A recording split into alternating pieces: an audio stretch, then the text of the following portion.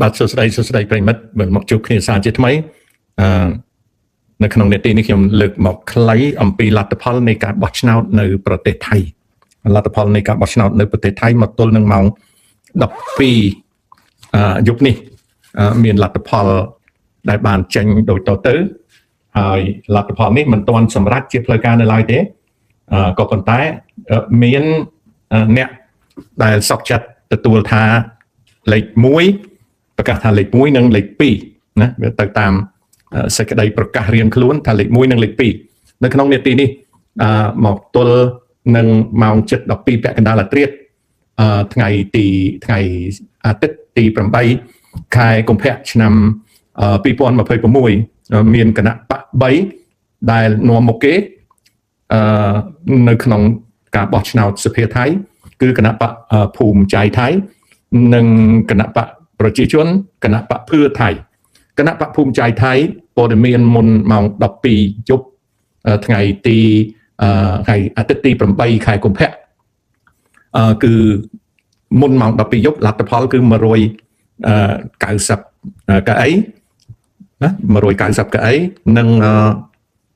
197 កៅអីនិង112 កៅអីហើយនឹងគណៈបកភឿថៃបាន78 កៅអីនេះគឺជាលទ្ធផលដែលចេញនៅវេលាម៉ោង 11 ជាង 7 ពាក់កណ្ដាលអាធ្រាត្រនៅក្នុងប្រទេសថៃហើយជាលទ្ធផលមិនទាន់ផ្លូវការនៅឡើយទេតែជាការរាប់សន្លឹកឆ្នោតដែលចេញបណ្ដាដោយគណៈកម្មាធិការបោះឆ្នោតនៅប្រទេសថៃ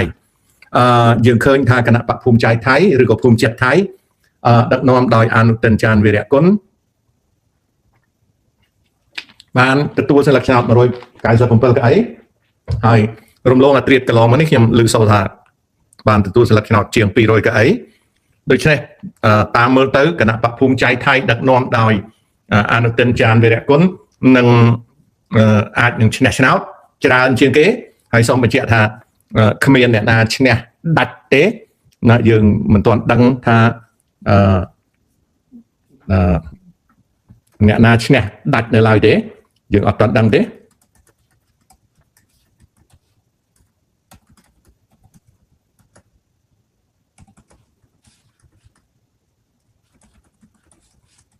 យើងចាំមើលថាតើយ៉ាងណានេះគឺសិតតែជាគណៈបកដែលទទួលសន្លឹកឆ្នោតប្រមាណជាមុនពាក់កណ្ដាលអាធ្រាត្រនៅប្រទេសថៃអញ្ចឹងនៅក្នុងរដ្ឋសភាថៃមានអាសនៈទាំងអស់មាន500 កៅអីហើយនៅក្នុង500 កៅអីហ្នឹងគឺត្រូវការ251 កៅអី251 កៅអីឬ251 អាសនៈអាចនឹងរៀបចំរដ្ឋាភិបាលបានដោយខ្លួនឯងណាគឺត្រូវការ simple majority ដើម្បីនឹងរៀបចំគណៈបកនឹងរៀបចំនៅរដ្ឋាភិបាលខ្លួនឯងបើថាមិនបានប៉ុណ្្នឹងទេណាមិនបានប៉ុណ្្នឹងទេគឺមិនទាន់អាចនឹងរៀបចំរដ្ឋាភិបាលខ្លួនឯងលទ្ធផលបោះឆ្នោតនៅប្រទេសថៃនៅម៉ោងជាង 11 យប់ចិត្តអាធ្រាត្រណាចិត្តអាធ្រាត្រនៅម៉ោង 11 យប់ចិត្តអាធ្រាត្របកភូមិใจថៃទទួលបានកៅអីច្រើនបន្ទាប់មកបកប្រជាជនបន្ទាប់ពីបកប្រជាជនបន្ទាប់ពីបកប្រជាជន បន្ទាប់មកទៀតបកភឿថៃបន្ទាប់មកទៀតបកភឿថៃជាងលទ្ធផលនៃការបោះឆ្នោតមុនម៉ោង 11:07 ពាក់កណ្ដាលត្រៀតបកភូមិใจថៃនាំមុខលេខ 2 បកប្រជាជនលេខ 3 បកភឿថៃនឹងគឺជាសន្លឹកឆ្នោតគឺថាបកភឿថៃជាប់លេខ 3 ឬសូតាបកខ្លាមធម្មជាប់លេខ 4 ហើយបកប្រជាធិបតេយ្យជាប់លេខ 5 នឹងមិនទាន់ច្បាស់នៅឡើយទេមានការផ្លាស់ប្ដូរបន្តទៅទៀតគ្រាន់តែដឹងថាភូមិใจថៃមានអនាគតជាងគេណាអាចបើសិនជាបាន251កៅអីនឹងមិនបាច់ពឹងបកដទៃតែបើតិចជាង251កៅអីណាតិចជាងណាតិចជាង251កៅអីនឹងត្រូវតាក់ទងចរចាជាមួយនឹងបកដទៃបកប្រជាជនដឹកនាំដោយណាត់តពងរឿងបញ្ញវុធបានឲ្យដឹងកាលពីពាក់កណ្ដាលអាត្រៀតនេះថាគណៈបកប្រជាជនសុខចិត្តធ្វើជាគណៈបកប្រឆាំងកសាងប្រជាធិបតេយ្យថៃឲ្យបានសម្រេចតាមបំណងរាជថៃដែលបានបោះឆ្នោតឲ្យតែមិនចូលរួមនឹងរដ្ឋាភិបាលទេរីឯគណៈបកភឿថៃលោកយុតចាណុនវង្សវ៉ាតលោកយុតចាណុនវង្សវ៉ាតគណៈបកភឿថៃឮថាបើកចិត្តធ្វើការជំហរដែលអាចចូលរួមនឹងរដ្ឋាភិបាលតាមការចរចាបែងចែកតំណែងជាមួយគណៈបកភូមិใจថៃមិនឲ្យខាតសន្លឹកឆ្នោតទេណាលទ្ធផលក្រៅផ្លូវការនៅថៃឡង់ចេះតែបន្តចាញ់តទៅទៀតដែលគណៈបកភូមិใจថៃអនុទិនចន្ទរៈគុណឈ្នះច្រើនជាងគេហើយគណៈបកប្រជាជនសុខចិត្តទទួលថាខ្លួនឈ្នះទី2ហើយត្រៀមខ្លួនធ្វើជាបកជំទាស់ក្នុងសភាថៃចំណែកបកភឿថៃនិយាយថាចិត្តបើកចំហនឹងធ្វើការគណៈបកប្រជាជនទទួលថាខ្លួនឈ្នះបានទី2គណៈបកប្រជាធិបតេយ្យអភិសិទ្ធវិជ្ជជីវ៉ាថានឹងធ្វើជាគណៈបកប្រឆាំងក្នុងសភាដែរនេះគឺជាលទ្ធផលដែលចេញមកនៅក្នុងការបោះឆ្នោតនេះមើលទៅគណៈបកភូមិใจថៃបើមិនឈ្នះដាច់គេទេក៏ឈ្នះភាគច្រើនដែលអាចដឹកនាំរដ្ឋាភិបាលបានដូច្នេះក្នុងការដឹកនាំរដ្ឋាភិបាលបានគណៈបកភូមិใจថៃនឹងដំណើរការ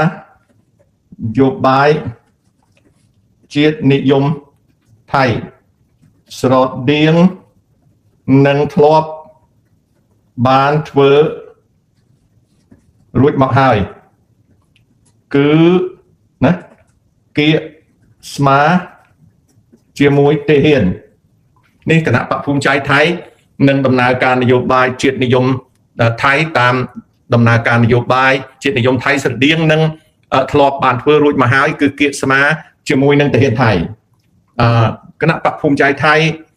នឹងប្រឹងប្រែងកសាងសេដ្ឋកិច្ចផងដែរពីព្រោះដើម្បីបន្តអនាគតនយោបាយគណៈបកប្រជាជនដឹកនាំដោយណាតពងសុខចិត្តនៅជាគណៈបកប្រឆាំងហើយបន្តការតស៊ូធ្វើនយោបាយតទៅទៀតរីឯគណៈបកភឿថៃប្រហែលជាមកពីអនាគតនយោបាយរបស់ថាក់សិនឈិនវ៉ាត់ក៏ត្រូវសុខចិត្តព្រមព្រៀងធ្វើជាដៃគូជាមួយនឹងគណៈបកភូមិใจថៃប្រសិនបើបកភូមិใจថៃមិនគ្រប់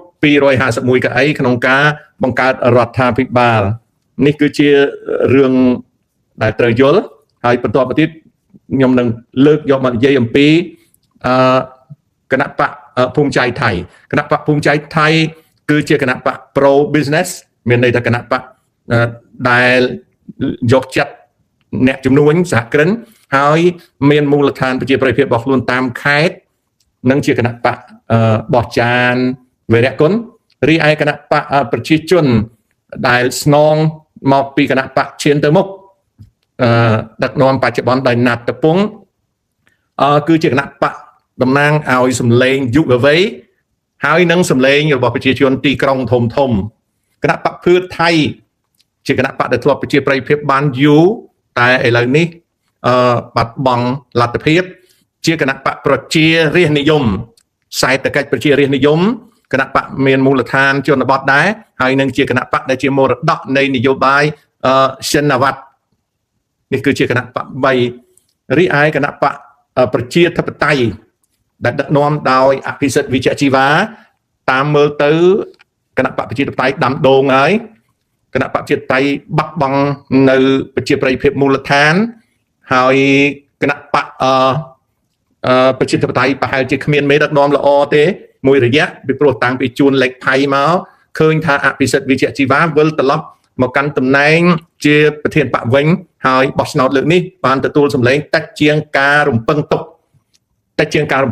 នេះគឺជាតំណែងមិនសូវល្អលទ្ធផលមិនសូវល្អចំពោះគណៈបកប្រជាធិបតេយ្យទេបើសិនណាជាលទ្ធផលសន្លឹកឆ្នោតនេះឃើញថាគណៈបកភូមិใจថៃឈ្នះឆ្នោតបានសេចក្តីថាសេដ្ឋកិច្ចថៃអត់ល្អទេណាតាមជើងលេខថាបកភូមិใจថៃឈ្នះច្រើនកៅអីជាងគេនេះបានសេចក្តីថាសេដ្ឋកិច្ចថៃដែលកំពុងដាំក្បាលចុះបែបនឹងជួបការលំបាកច្រើន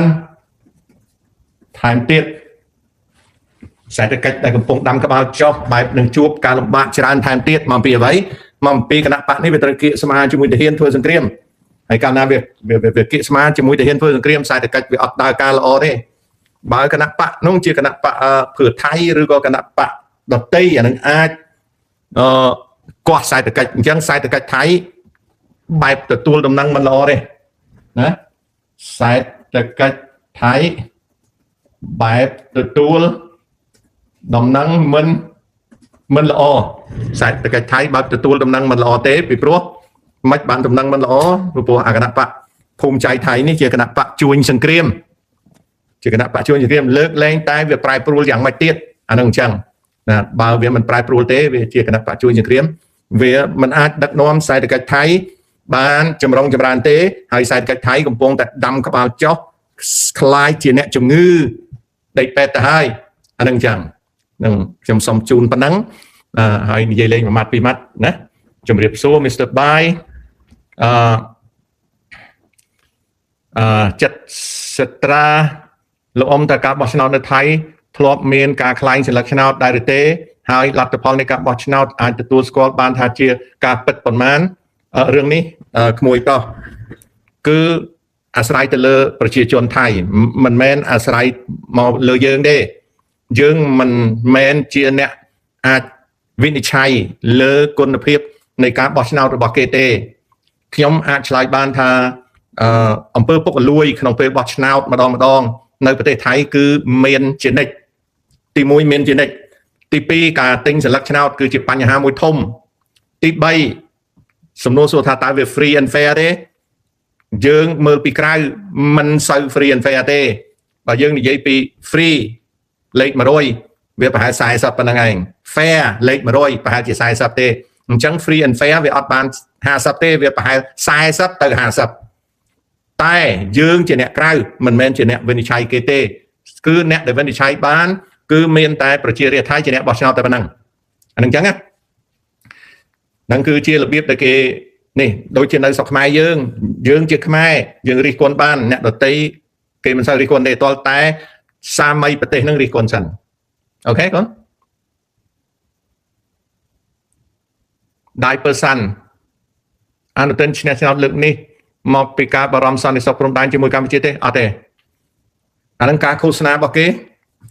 គេឃោសនាផងគេលុយកាក់ផងអីផងណាវាប្រជាជនមិនចង់ឲ្យមានច្បាំងទេមកទៅប្រជាជនគាត់រត់លូនគាត់មិនចង់ច្បាំងតែវាជានយោបាយធម្មតាវាតែតែមានអញ្ចឹងណាអញ្ចឹងយើងចាំមើលនៅពេលគេរៀបចំរដ្ឋាភិបាលតែយ៉ាងម៉េចណា beautiful town okay online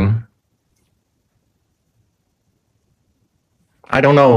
ណាខ្ញុំអត់ដឹងទេ El Cafen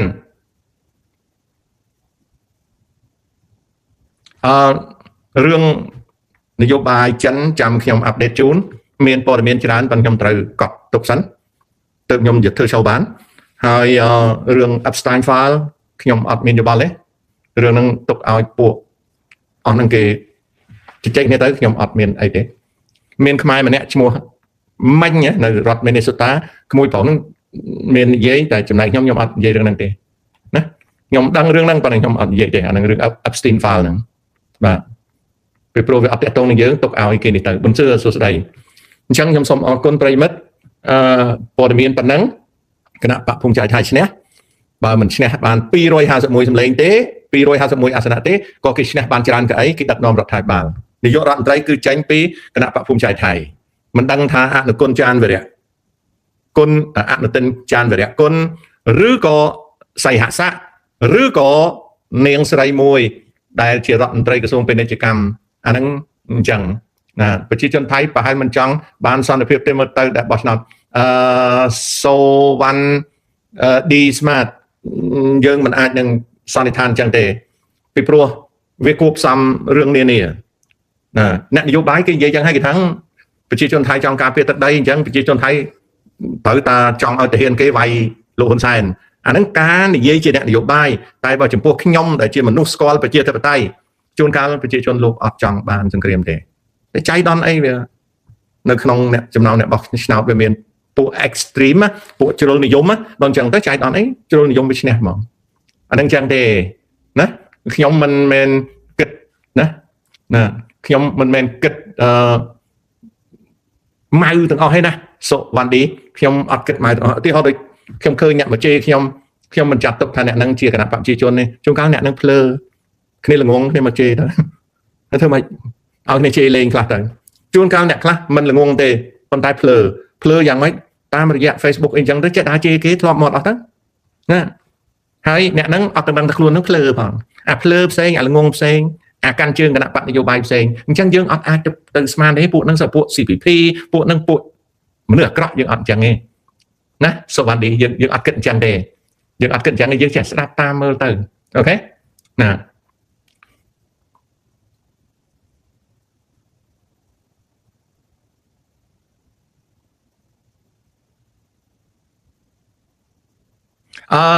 ស្រីណាវខ្ញុំធ្វើ show ខ្ញុំសម្ដែងការរិះគន់បញ្ហាខ្ញុំអត់មានធ្វើនយោបាយអញ្ចឹងបើសិនណាជាស្រីណាវថាអូប្រហែលជាដូរទៅអត់ល្អអាហ្នឹងស្រាប់តែស្រីណាវខ្ញុំអត់បោះឆ្នោតខ្ញុំអត់មានបោះឆ្នោតនៅកម្ពុជាខ្ញុំគ្រាន់តែនិយាយ show ខ្ញុំអត់មានប្រមូលឲ្យទៅផ្ដួលរំលំអីផងខ្ញុំអត់ផងដូច្នេះហើយស្រេចនឹងចិត្តណាគិតយ៉ាងម៉េចក៏បានដែរ